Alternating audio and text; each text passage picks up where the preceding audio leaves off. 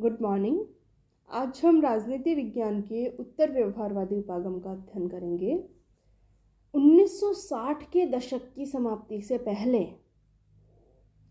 David Easton, जब हमने व्यवहारवाद का अध्ययन किया था, व्यवहारवादी उपागम का, तब हमने बताया था कि डेविड ईस्टन व्यवहारवादी उपागम के प्रणेता हैं, व्यवहारवादी उपागम के आधिकारिक विद्वान हैं। लेकिन उन्हीं के द्वारा, अर्थात डेविड ईस्टन के द्वारा ही, जो स्वयं व्यवहारवादी क्रांति के प्रणेता थे, व्यवहारवाद के प्रमुख प्रतिपादक थे, उनके द्वारा ही व्यवहारवाद पर प्रबल प्रहार किया गया और व्यवहारवाद ने उत्तर व्यवहारवाद का रूप ले लिया। क्योंकि व्यवहारवादी ये मानते थे कि उनके द्वारा निरर्थक शोध पर बहुत अधिक समय खर्च कर दिया गया। ठीक है, जब वे संरचनाओं, प्रतिमानों और सिद्धांतों के निर्माण में लगे हुए थे, तो उनकी अपनी पाश्चात्य दुनिया में, उस दुनिया के समाज में तीव्र सामाजिक, सांस्कृतिक, आर्थिक संकट उत्पन्न हो रहे थे। वे तो अपने वातानुकूलित कक्षों में बैठकर सिद्धांत निर्माण में लगे हुए थे, शानदार पुस्तकालयों में बैठकर संतुलन, स्वामित्व, संरक्षण, प्रतिमान आदि समस्याओं के मॉडल निर्माण और प्रवृत्तियों के निर्माण में, सिद्धांतों के निर्माण में लगे हुए थे, और दूसरी ओर समाज को प्रबल संकटों का सामना करना पड़ रहा था। समाज विघटन की स्थिति से गुजर रहा था, समाज टूट फूट की स्थिति से गुजर रहा था। आतंक, गृह युद्ध, तानाशाही जैसी प्रवृत्ति का उदय हो रहा था, सामाजिक विभेद बढ़ रहा था, जिसकी हमारे राजनीति शास्त्रियों ने कभी कल्पना भी नहीं की थी। उत्तर व्यवहारवादियों के मन में एक प्रश्न उत्पन्न हुआ कि ऐसे अनुसंधान की, ऐसे शोध की उपयोगिता ही क्या है, जिससे समाज और राज्य व्यवस्था के इन रोगों और संकटों व समस्याओं का निदान न किया जा सके, उनके निदान की ओर ध्यान न दिया जा सके। तो ऐसे शोध की, ऐसे अनुसंधान की क्या उपयोगिता है? तो इसी विचारधारा ने, इसी सोच ने व्यवहारवाद के स्थान पर उत्तर व्यवहारवाद को जन्म दिया। व्यवहारवादी राजनीतिक विश्लेषण में तथ्यों के अध्ययन पर बहुत अधिक बल देते थे। उन्होंने सदैव तथ्यों को मूल्यों से पृथक रखा और मूल्यों से अलग रहकर, मूल्यों से तटस्थ रहकर तकनीक के अध्ययन पर, तकनीक के प्रयोग पर बहुत अधिक बल दिया। व्यवहारवादियों ने विश्लेषण की तकनीक को विश्लेषण के लक्ष्य से अधिक महत्वपूर्ण बना दिया। परिणाम क्या हुआ? इस प्रवृत्ति के कारण, इस धारणा के कारण प्रासंगिकता और शाश्वतता का उनके अध्ययन में अभाव हो गया। इस कारण उत्तर व्यवहारवाद अस्तित्व में आया और उत्तर व्यवहारवाद ने राजनीतिक विश्लेषण में तथ्यों के साथ साथ मूल्यों के अध्ययन पर भी बल दिया। तथ्यों के साथ साथ मूल्यों के अध्ययन पर बल देने के कारण राजनीति विज्ञान में वैज्ञानिकता भी रही और राजनीति विज्ञान में प्रासंगिकता भी आ गई। अर्थात एक समन्वयात्मक दृष्टिकोण उत्तर व्यवहारवाद के द्वारा प्रस्तुत किया गया। राजनीति विज्ञान के अध्ययन का एक समन्वयात्मक दृष्टिकोण प्रस्तुत किया उत्तर व्यवहारवाद ने, जिसमें तथ्य और मूल्य दोनों के अध्ययन पर बल दिया गया। उत्तर व्यवहारवाद के दो प्रसिद्ध नारे रहे, कर्म और प्रासंगिकता। इन दो प्रसिद्ध नारों के आधार पर ही उन्होंने अपने उत्तर व्यवहारवादी उपागम के कुछ लक्षण और धारणाएं निर्धारित की। पहला जो लक्षण या मान्यता है वो मानी जाती है प्रविधि से पूर्व सार तत्व को महत्व देना। तकनीक और तथ्य दोनों का साथ साथ उचित प्रयोग होना चाहिए, ऐसा उत्तर व्यवहारवादी मानते थे। व्यवहारवादी तो तकनीक को तथ्यों के ऊपर महत्व देते थे कि तकनीक महत्वपूर्ण है, तथ्य अर्थात सार या विषय वस्तु इतनी महत्वपूर्ण नहीं है, ये व्यवहारवादियों का मानना था। लेकिन उत्तर व्यवहारवादी मानते थे कि तथ्य और तकनीक दोनों का साथ साथ और दोनों का उचित प्रयोग होना चाहिए, ऐसा उत्तर व्यवहारवादी मानते थे। उत्तर व्यवहारवादी ये कहते थे कि अनुसंधान के लिए परिष्कृत उपकरणों का विकास करना उपयोगी है, परंतु उससे भी ज़्यादा महत्वपूर्ण बात क्या है?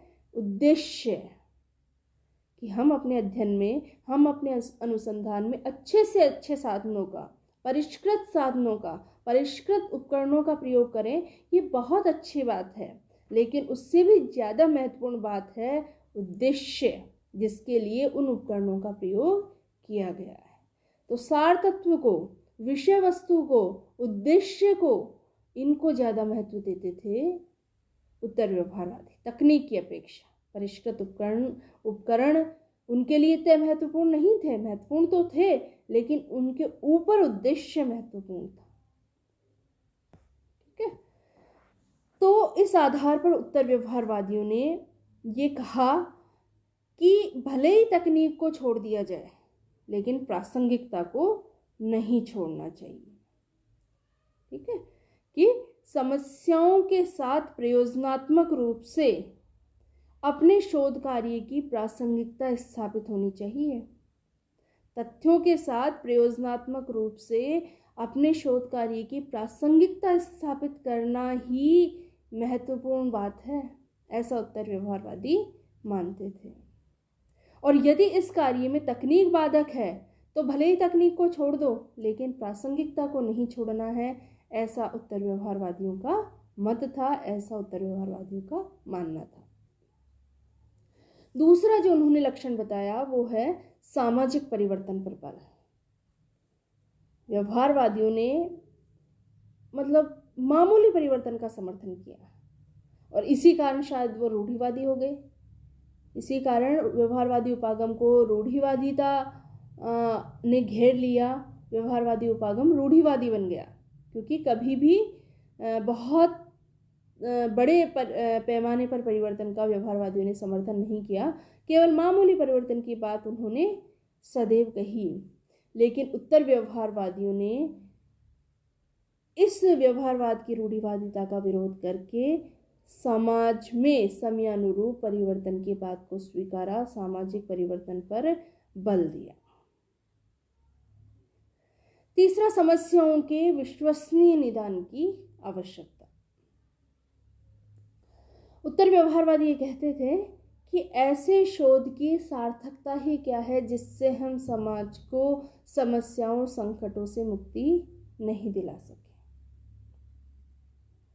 इसलिए राजनीति के जो भी विद्वान हैं, राजनीति विज्ञान के जो भी अध्ययनकर्ता हैं, उन्हें मानव जाति की आवश्यकताओं को पूरा करने और संकटों का समाधान करने में सहायता करनी चाहिए।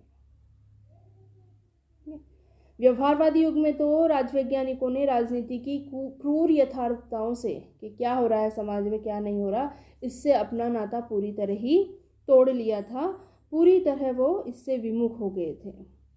लेकिन उत्तर व्यवहारवाद के आगमन से, उत्तर व्यवहारवादी उपागम में सामाजिक समस्याओं, आर्थिक समस्याओं, राजनीतिक समस्याओं से संबंधित आपका शोध या अनुसंधान होना चाहिए ताकि सामाजिक समस्याओं का निवारण हो सके। ऐसे शोध की, ऐसे अध्ययन की आवश्यकता पर उत्तर व्यवहारवाद में बल दिया गया।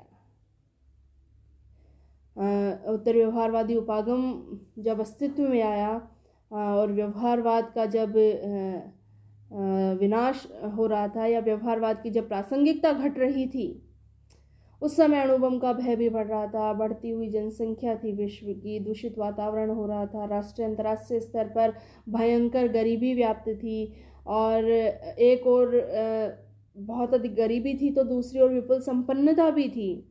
तो ऐसी खाई बनी हुई थी समाज में, वित्त को लेकर, धन को लेकर। तो कई ऐसे संकट थे जिनका अगर तात्कालिक उपचार नहीं होता तो मानवता का विनाश हो सकता था।